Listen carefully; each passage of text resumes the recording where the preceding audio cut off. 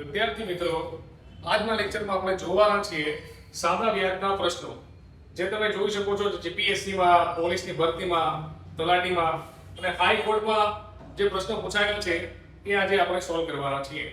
તો આપણે જોઈએ અત્યારે પહેલો પ્રશ્ન. પહેલા તો આપણે સૂત્ર જોઈ લઈએ. સાદું વ્યાજ શોધવા માટે સૌથી જૂનો સૂત્ર છે PRN છેદમાં 100 અને વ્યાજ મુદ્દલ શોધવા માટે A બરાબર P plus simple interest. P એટલે વ્યાજ મુદ્દલ. હવે જોઈએ આપણે પહેલો પ્રશ્ન. 68,000 રૂપિયામાં 68,000 રૂપિયા એટલે કે P બરાબર 68,000 રૂપિયા અને 16 2 ડિવાઇડ બાય 3 એટલે કે R બરાબર 16 2 ડિવાઇડ બાય 3% એટલે કે 16 તારી 48 48 માં 2 એટલે કે 50 ભાગ્યા 3% અને 9 મહિના માટે એટલે કે n બરાબર 9 મહિના હોય તો છેદમાં આવે 12. સાદું વ્યાજ કેટલો થાય? તો I બરાબર P R N છેદમાં 100. P ની જગ્યાએ મૂકી દઈએ આપણે 68,000, R ની જગ્યાએ મૂકી દઈએ આપણે 50 ભાગ્યા 3 અને n ની જગ્યાએ મૂકી દઈએ ગુણ્યા 9 ભાગ્યા 12 અને છેદમાં આવશે 100 સૂત્ર પ્રમાણે. હવે 0 0 કપાય બરાબર. 3 તારી 9 3 ચોક 12 3 3 કપાય 4 એકા 4 6 માંથી 4 જાય એટલે કે 2 વધી 2 ના 28 એટલે 4 7 28 એટલે કે 170 થઈ જાય. અહીંયા 170 ગુણ્યા 50 કરીએ 17 85 એટલે 8,500 રૂપિયા થઈ જાય. તો આપણો પહેલો પ્રશ્ન 8,500 રૂપિયા એટલે ન આવે પણ ઓપ્શન આપેલું નથી. હવે જોઈએ પ્રશ્ન નંબર 2. રૂપિયા 15,000 નું 3 વર્ષનું સાદું વ્યાજ 5400 થાય તો વ્યાજનો દર કેટલો થાય? તો અહીંયા P બરાબર 15,000 રૂપિયા, n બરાબર 3 વર્ષ અને સાદું વ્યાજ એટલે કે I બરાબર 5,400 આપેલું છે. તો તમારે શોધવાનું છે વ્યાજનો દર એટલે કે R બરાબર કેટલું? તો I બરાબર P R N છેદમાં 100.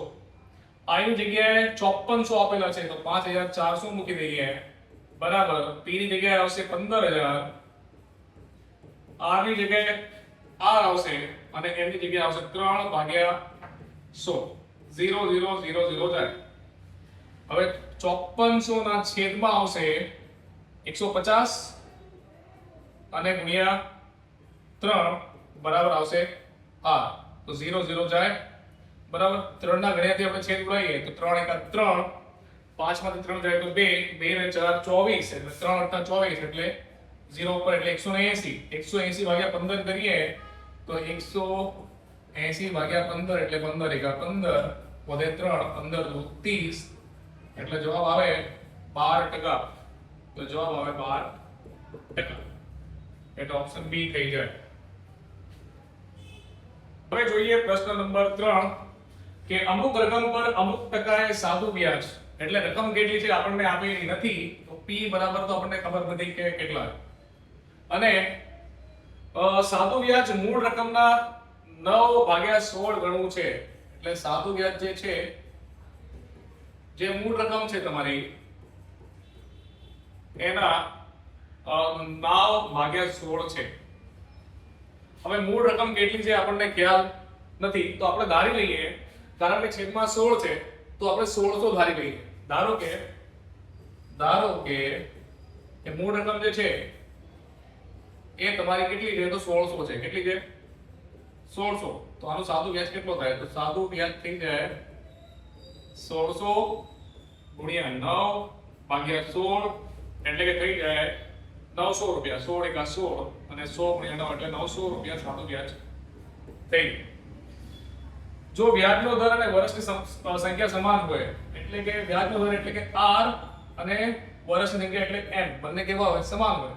તો I બરાબર આપણે P R N છેદમાં 100 લઈએ તો અહીંયા I બરાબર તમારા આયા 900 રૂપિયા, P બરાબર આપણે ધાર્યા 1600 રૂપિયા અને R અને n બંને સમાન છે તો R ની જગ્યાએ અહીંયા પણ આપણે એની જગ્યાએ r મૂકી શકીએ ભાગ્યા 16 0 0 જાય બરાબર તો 900 ના ભાગ્યામાં 16 આવે ને અહીંયા r ગુણ્યા r એટલે બે વાર થઈ જાય r ગુણ્યા r હવે 900 એટલે કે 30 ગુણ્યા 30 થઈ જાય અને 16 એટલે કે 4 ગુણ્યા 4 થઈ જાય તો r બરાબર આપણે 30 ભાગ્યા 4 લખી શકીએ બરાબર અને 30 ભાગ્યા 4 કરીએ આપણે 30 ભાગ્યા 4 એટલે 4 × 28 30 માંથી 28 જાય એટલે 2 0 4 × 20 એટલે જવાબ આવે 7.5%. આ આપણો જવાબ આવે. હવે જોઈએ પ્રશ્ન નંબર 4. કોઈ એક રકમ રામ 4% લીધે 4 વર્ષ માટે અને શ્યામ 3% લીધે 3 વર્ષ માટે સાદા વ્યાજે મૂકે છે. હવે કેટલી રકમ મૂકે છે એ આપણને આપેલું નથી તો આપણે ધારી લઈએ કે બંને 100 રૂપિયા મૂકે છે. કેટલા મૂકે છે? 100. તો આપણે પહેલા રામનું જોઈએ કે રામ જો 100 રૂપિયા મૂકે 4% લેગે 4 વર્ષ માટે એટલે ભાગ્યા 100 થી એટલે 16 રૂપિયા વ્યાજ મળે રામને અને શ્યામને 100 ગુણ્યા 3 ગુણ્યા 3 ભાગ્યા 100 એટલે કે આને મળે 9 રૂપિયા વ્યાજ મળે. બંનેના વ્યાજનો તફાવત આવશે 16 માઈનસ 9 એટલે કે 7 રૂપિયા તફાવત આવશે. હવે 7 બંનેના સાદા વ્યાજનો જે તફાવત છે 1400 રૂપિયા છે એટલે કે 7 રૂપિયા જે તફાવત છે એમાં 1400 રૂપિયા આવે છે તો રકમ શોધવાની છે તો 7 એ 100 રૂપિયા તો 100 એ કેટલા એટલે 1400 ગુણ્યા 100 ભાગ્યા કરાય 7 એટલે 7 દુ 14 એટલે 200 થઈ જાય 2 કા 2 અને 4 ગંડા એટલે કે 20000 રૂપિયા થઈ ગયા એટલે કે 20000 જવાબ આવે. હવે જોઈએ પ્રશ્ન નંબર 5 કે રૂપિયા 64 નું સાદા વ્યાજે 2 વર્ષમાં મૂકવામાં આવે તો વ્યાજ મુદ્દલ થઈ જાય છે 83.20 રૂપિયા એટલે કે p બરાબર તમને 64 રૂપિયા આપેલા બરાબર વ્યાજ મુદ્દલ એટલે કે a 63.20 રૂપિયા થઈ જાય છે કે જેમાં મુદ્દલમાં વ્યાજ પણ સમાયેલો છે. હવે વ્યાજ મુદ્દલ 63.20 થઈ જાય છે એટલે કે મુદ્દલ પ્લસ વ્યાજ તમારો 63.20 રૂપિયા થઈ જાય.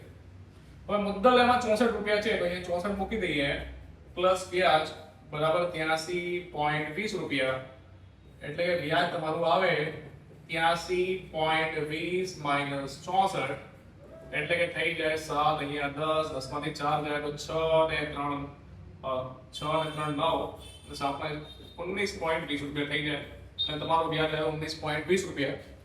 હવે વ્યાજનો દર શોધી કાઢીએ આપણે તો i બરાબર p r m છેદમાં 100 i ની જગ્યાએ 19.20 રૂપિયા અને p ની જગ્યાએ આપેલા છે 64 રૂપિયા r આપણને ખબર નથી અને m કેટલા વર્ષ માટે એટલે 2 વર્ષ માટે ભાગ્યા 100.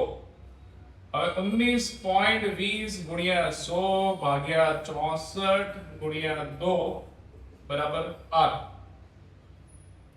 હવે અહીંયા 100 વડે ગુણાકાર કરીએ તો 1920 થઈ જાય ભાગ્યા 64 ગુણ્યા 2 બરાબર r. 64 ગુણ્યા 3 કરીએ તો 192 થઈ જાય અને 3 ચોક 12 3 છે 18 ને ગુણી 192 એટલે 64 તારી 192 30 થઈ જાય 30 ભાગ્યા 2 એટલે કે r બરાબર થઈ જાય 15%.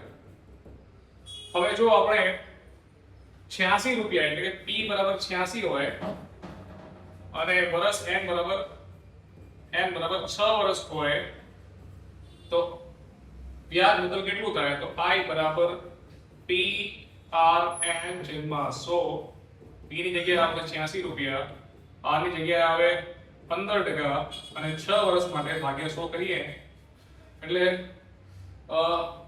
6 વર્ષ માટે કે નહીં સોરી 4 વર્ષ માટે એટલે કે 86 ગુણ્યા 15 ચોક 60 ભાગ્યા 100 0 0 જાય એટલે 4 4 30 બધી મળે 3 6 48 3 51 ભાગ્યા 10 એટલે 51.6 આવે.